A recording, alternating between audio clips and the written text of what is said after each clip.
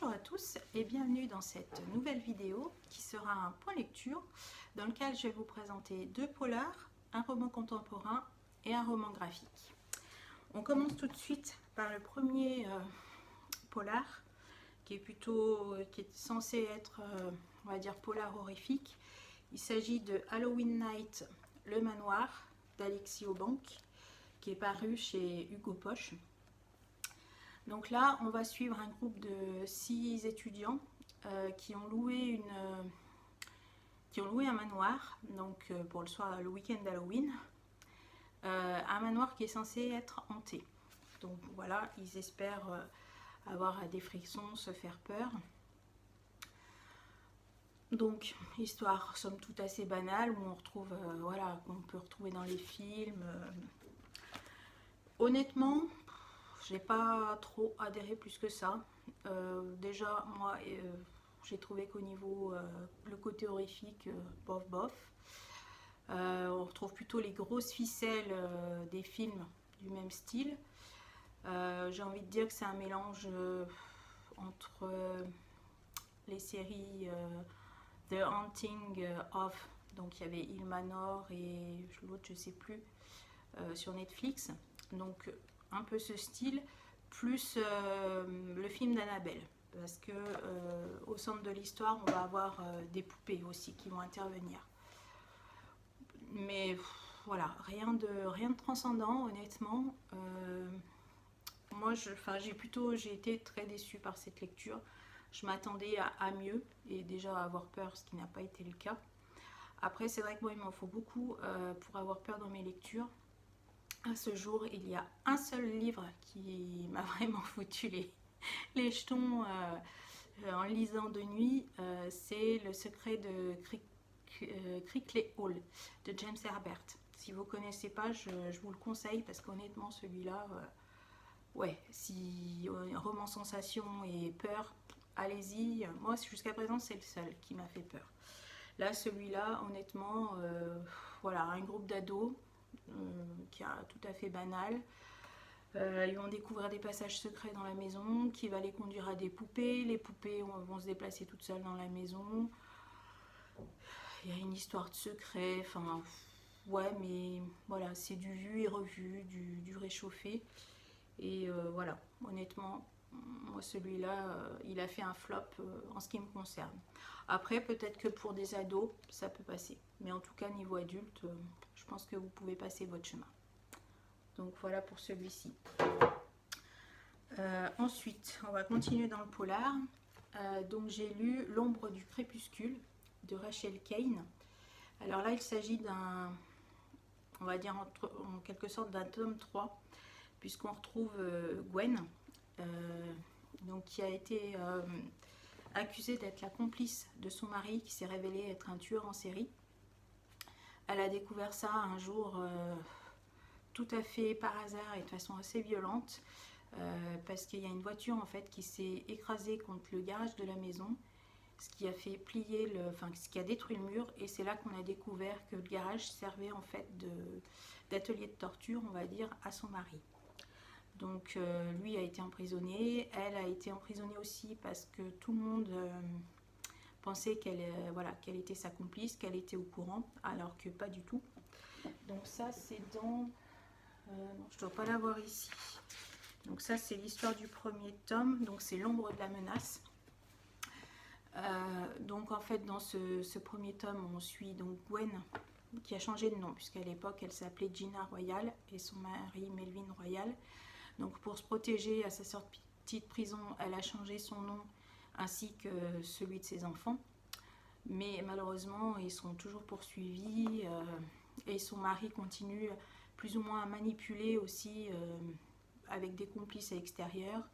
Donc elle est poursuivie par des haters, des gens qui... Il y a même une association qui s'est créée contre elle, voilà, en disant qu'elle est complice et qu'elle doit être jugée et punie.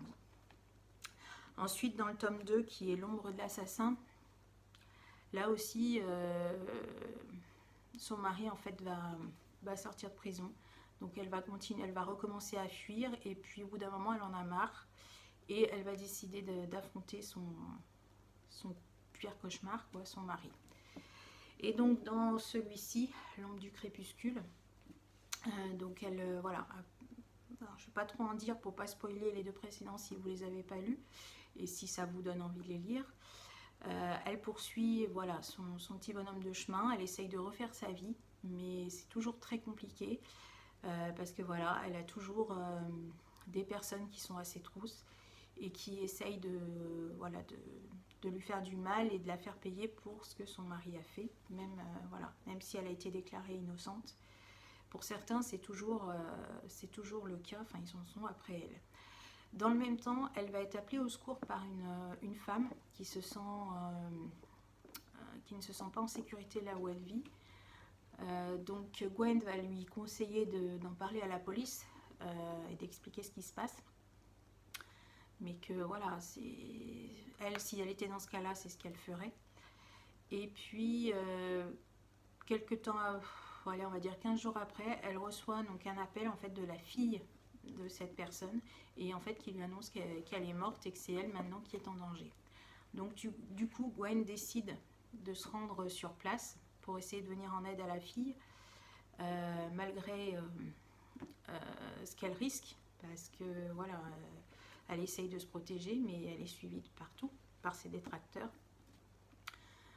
Donc voilà, elle est arrivée là-bas, elle va essayer de tout faire pour sauver cette jeune fille, mais bon, il y a des choses un peu louches. A priori, la police locale est aussi impliquée, donc c'est pas si évident que ça.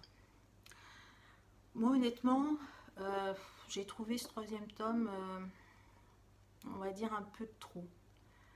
Voilà, j'ai l'impression qu'on tournait en rond autour de l'histoire de Gwen et de ses enfants. Bon, ils ont du mal à se remettre de tout ça. Alors certes, on leur rappelle sans arrêt que Melvin Royal était un assassin, a tué des femmes.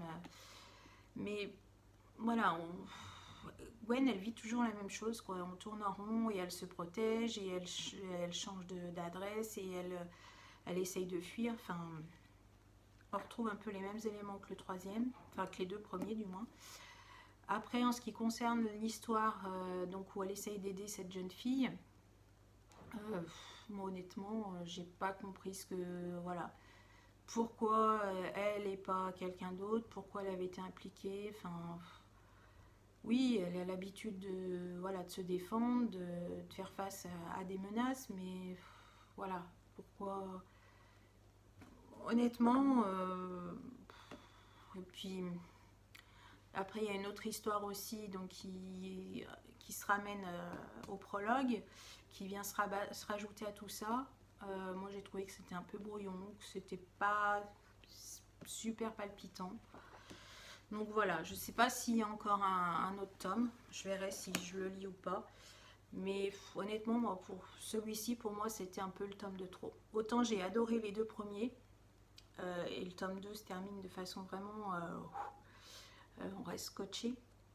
Autant celui-là, alors oui, j'ai eu plaisir à retrouver Gwen et ses enfants, mais voilà, c'est toujours la même chose et on n'en voit pas le bout du tunnel au niveau de leurs problèmes. Et je trouve ça un peu dommage. Voilà.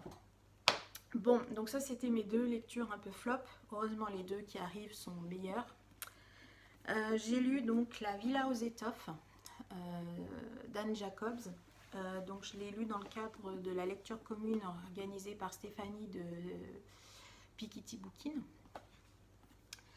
Donc là on est en Allemagne en 1914 dans une famille d'aristocrates, non on va dire nouveaux riches, parce que c'est grâce à leur entreprise de textile qu'ils ont fait fortune et qu'ils ont pu se hisser dans les sphères bourgeoises.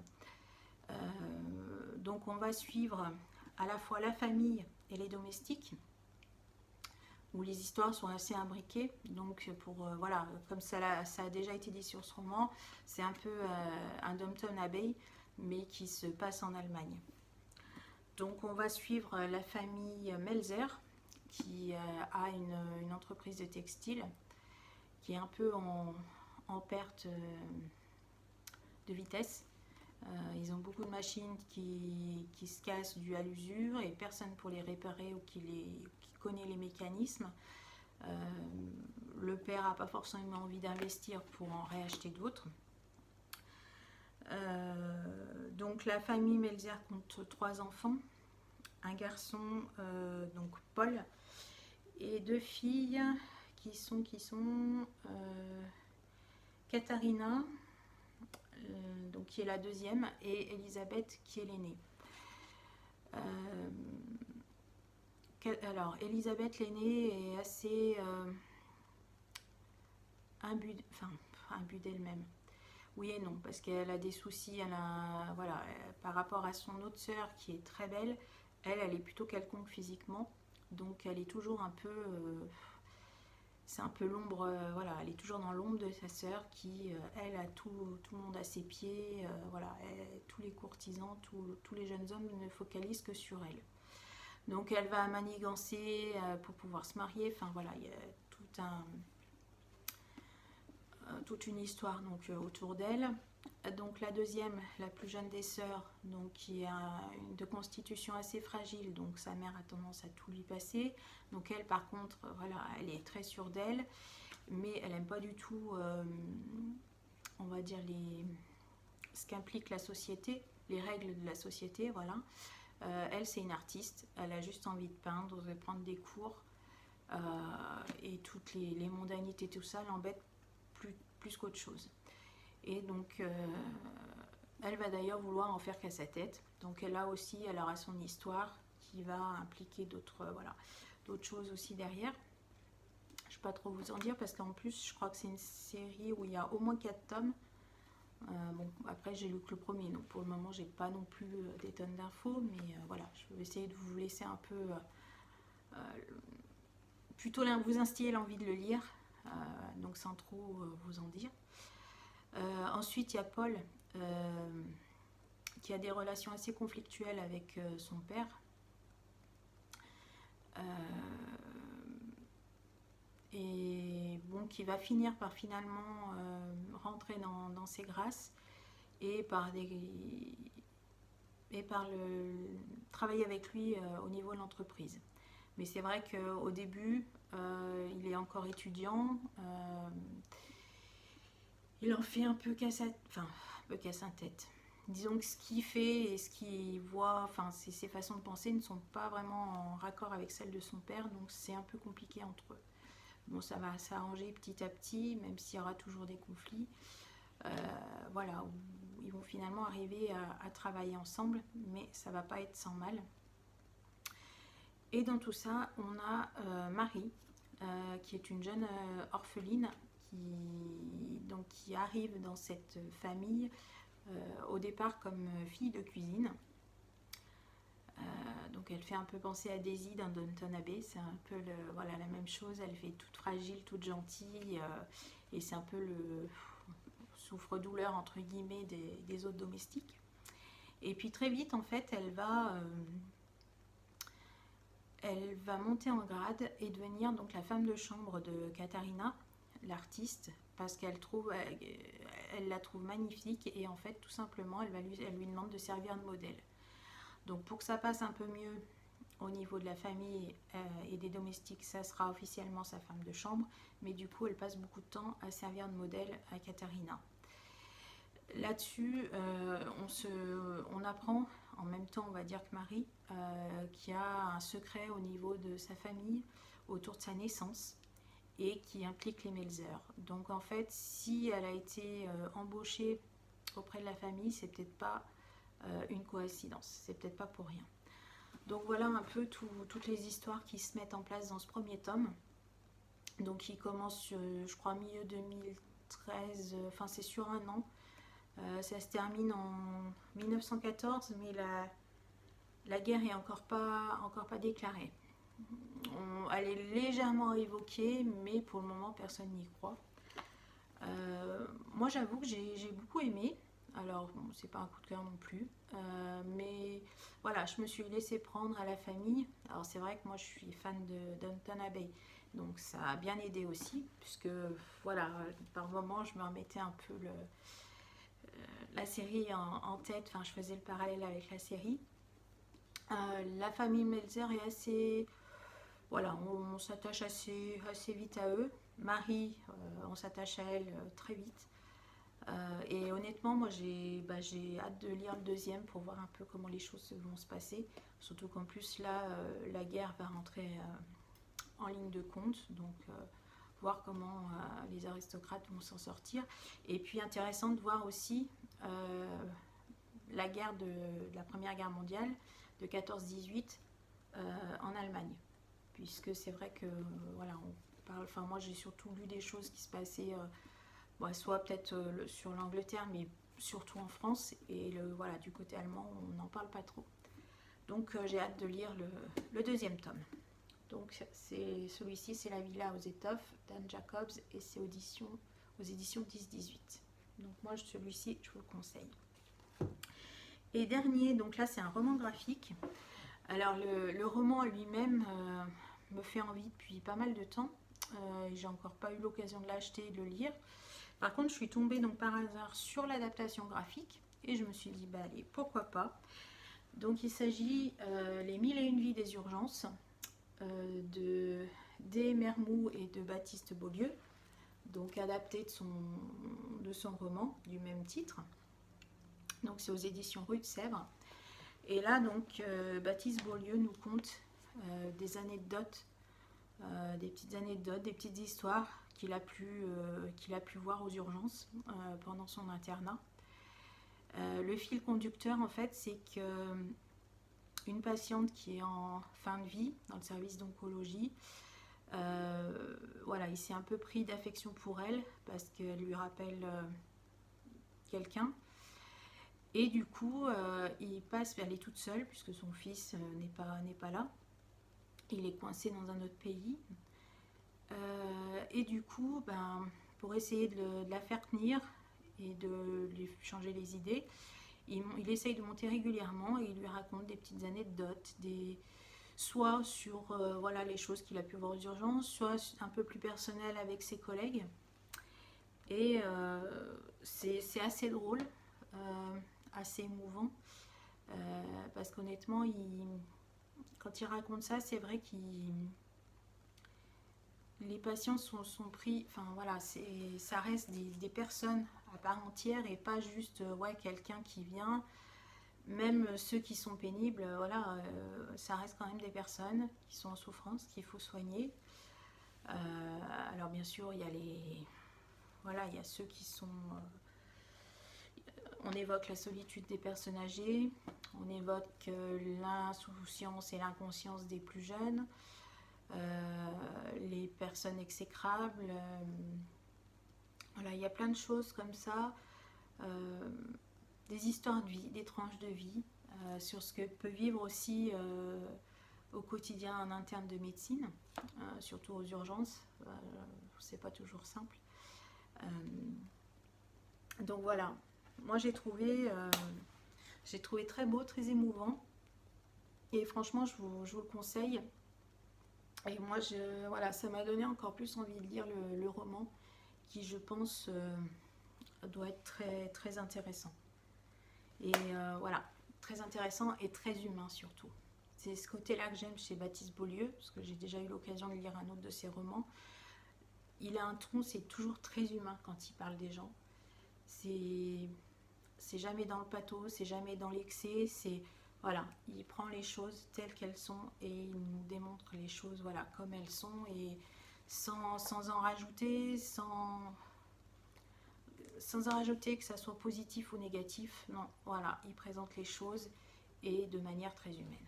Donc honnêtement, si voilà, ceux qui n'ont pas forcément envie de lire les romans mais qui préfèrent les romans graphiques, je vous conseille celui-ci. Voilà, donc c'était ma dernière lecture pour ce point lecture. Voilà, vive les répétitions. N'hésitez pas à me dire si vous en avez lu certains, si certains vous font envie. À liker, à partager, à mettre un petit pouce bleu et puis voilà, à me dire ce qui va pas, ce que vous aimeriez voir aussi sur la chaîne, histoire de me donner des idées. Donc voilà, n'hésitez pas à mettre tout ça en commentaire et je vous dis à très bientôt pour une prochaine vidéo. Bye bye.